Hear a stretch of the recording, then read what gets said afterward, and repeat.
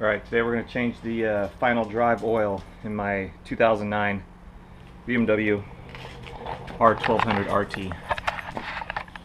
That's what we're looking at here. Change oil in that, lube the splines.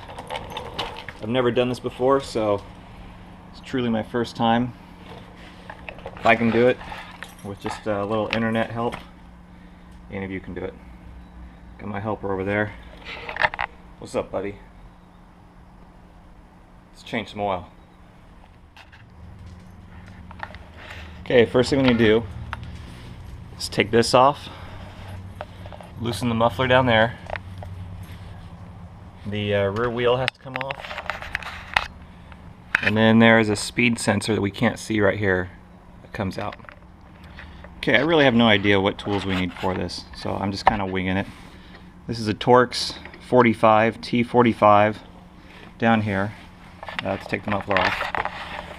Down here we have a 15mm to loosen that nut so we can swivel the muffler out of the way.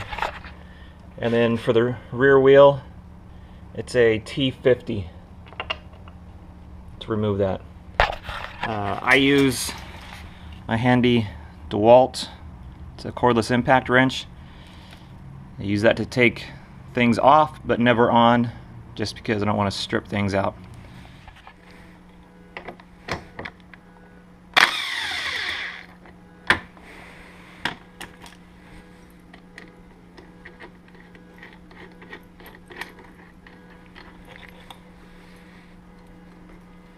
Okay, that came out really easy. I'll go down here, loosen this.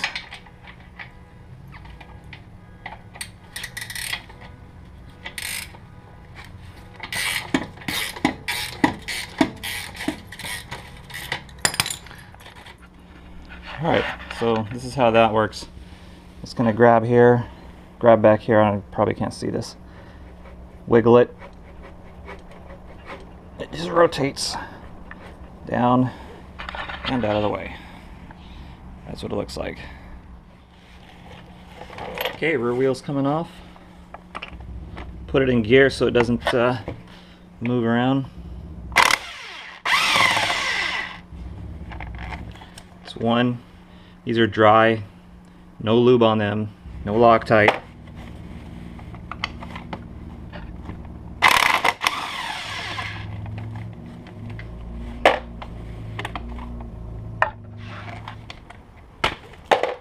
And 5.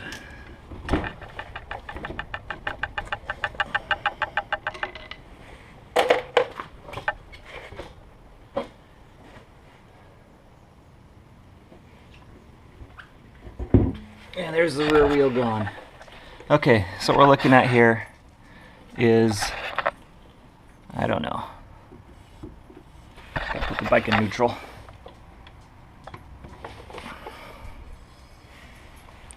Right here. That's the speedometer sensor. We have to take that Torx out, and it looks like that little one right up there, and this hook to get that all out of the way. Where'd it go? There it is. There is an O-ring back here we need to be careful of. Also, 09s, I believe, these are magnetic, so there may be some metal shavings. We'll take a look at it in a second. Okay. These are T25s. I loosened it a little bit already.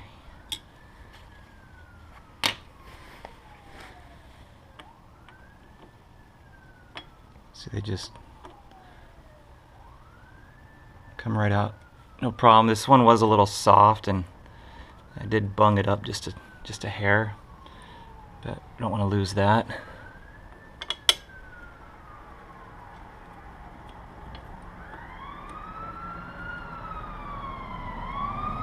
This one back here, you can't really see it.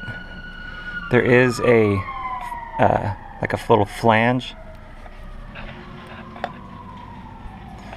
To get that out, you can see it.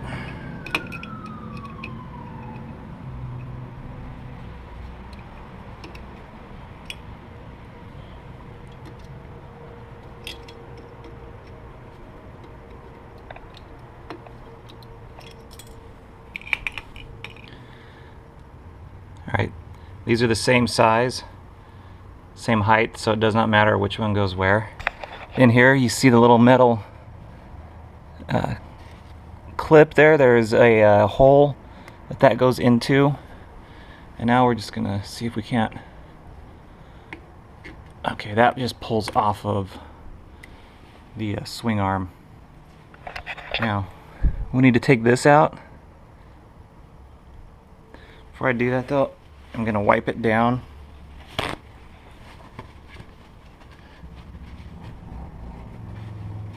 So I don't contaminate anything. I don't know if you need to do this, but whatever. I'm doing it. Just stuff that in there in case any little fluid comes out. There is an O-ring in here that we want to be careful of. I think I might need a little screwdriver. I'll get that here back. Okay, a little screwdriver. Here, I'm just gonna kind of pry out.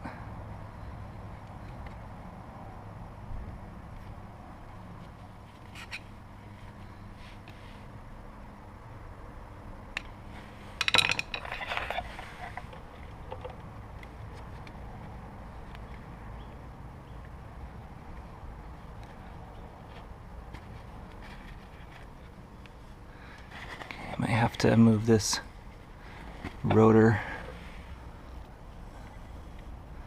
a little bit.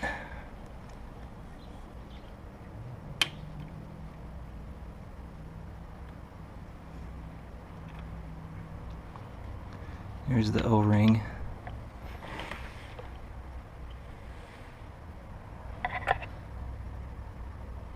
Looks pretty good. I'm gonna clean that off here. Over here is the drain. This is the newer model. You can see the drain right there. Older models will have the drain at the 9 o'clock. And you're gonna, for that, you'll have to remove this bolt here, drop the final drive down. This will come out and drain it there. Ours is here, so we're gonna take care of that now. Using a T45. The impact gun won't get under here, so got to do it by hand. I have a ratio right underneath to catch the old fluid and see what kind of condition it's in, see how much comes out. There's an O-ring here, it looks like.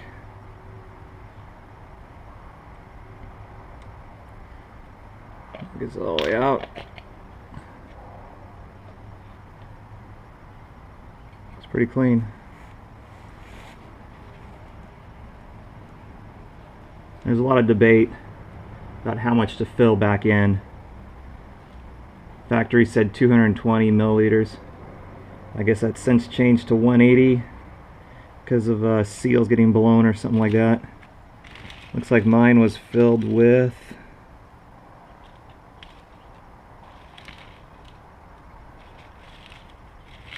can't see it.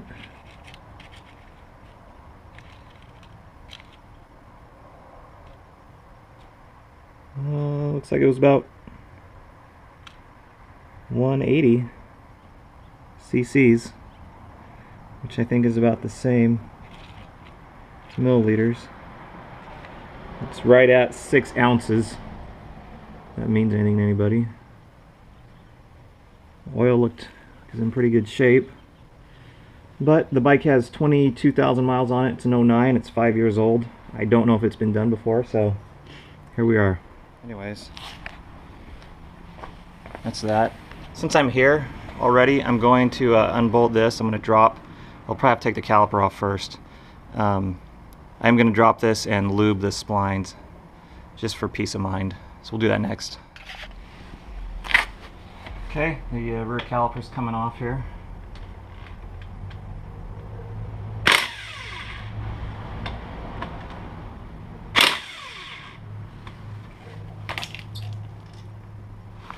Again, dry.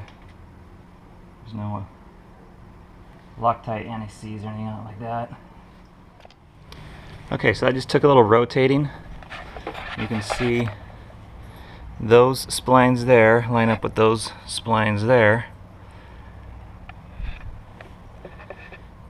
and then it just drops down. I'm going to clean that out. I'm going to put new moly on here and call it fresh. Seat the back first, back here, and then seat that one. There's not much that holds it in, just kind of like little friction clips, but you definitely want that seated so water doesn't get in there and everything, road grime. So it's seated now. So the splines are lubed. I need to put the oil back in here, fresh oil, put this all back together, we'll be good to go. I'll fill up the final drive oil. Here's the best way I could figure out how to do this. I have an old syringe. It was from a fluid or a fork suspension kit that I bought one time. It's got 2 ounces, 60 cc's. So 3 of these came out, 180 so.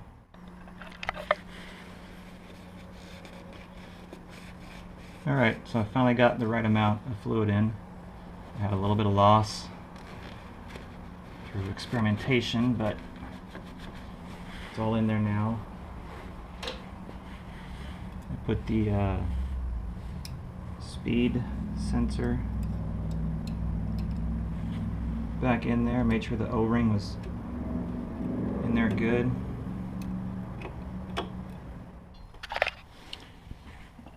Okay, just like any car tire, crisscross pattern.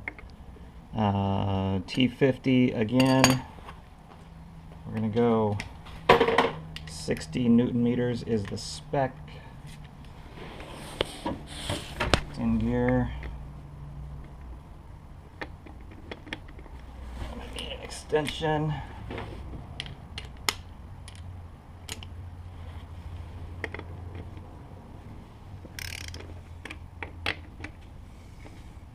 Snug these down.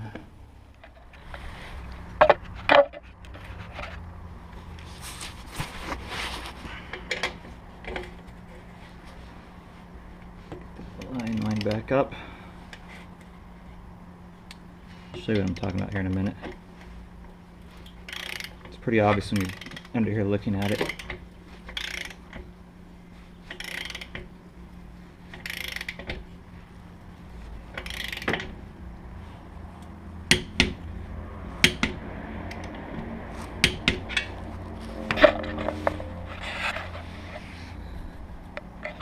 There's a line right there and a line right there. Line those 2 up. This gets torqued to 19 Newton meters. That's pretty boring. You don't need to see that. Other than that, it's done. Road ride. Clean the rotor off, some brake fluid, or brake cleaner, I mean, and test it out.